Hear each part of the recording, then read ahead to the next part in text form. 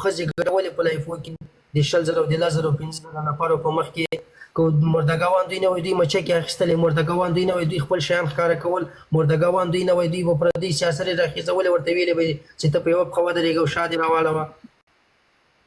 بس هسې مشکل مو له دین سره ده، د دین لارویانو سره ده، حاکم نظام سره مو مشکل نه ده، قسم د شریعت سره مو مشکل ده. یو سړی درته وایي چې په شرع کې دا شی ده، ته خبر نه یې، تا ته بیخي ذاتي هغه سړی یا مفتي ښکاره سي یا ته وایې دا دې نوی دین راولی. نوی دین نه ده، همغه پخوانی دین ده، خو ته ترې خبر نه یې. ښه وروره ستړی مه سې. خی جو ټیک ټاک څنګه یې نور وایه ښې ټیک ټاک کراره کرارې ده. شکر الحمدلله.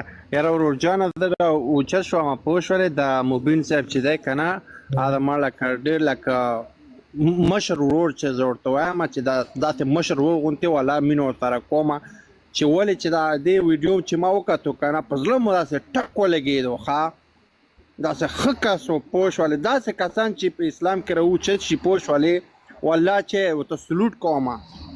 زه په خپله په خارج کې اوسېږم په امریکا کې پوه شولې چې مبین صاحب د ویډیو چې ما وکتو که نه والله چې سلام دی ورته، سلام د هغه مور ته چې داسې پیو شودې ورکړي داسې زوی ته پوه شولې.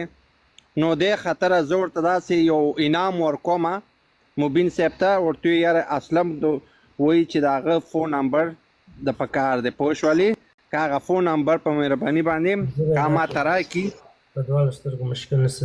صحیح دی. زه ورته یو فنډ هغه کومه استوم اخته مبین صاحب ته پوه شولې. نو دې خطره ما د لایف ته راغلم. مبین صاحب ته که چېرته کومک کوي هغه 2 جوماتونه جوړ کړي دي چې په یو جومات کې فرش پکار ده، بل جومات ته برمه وهي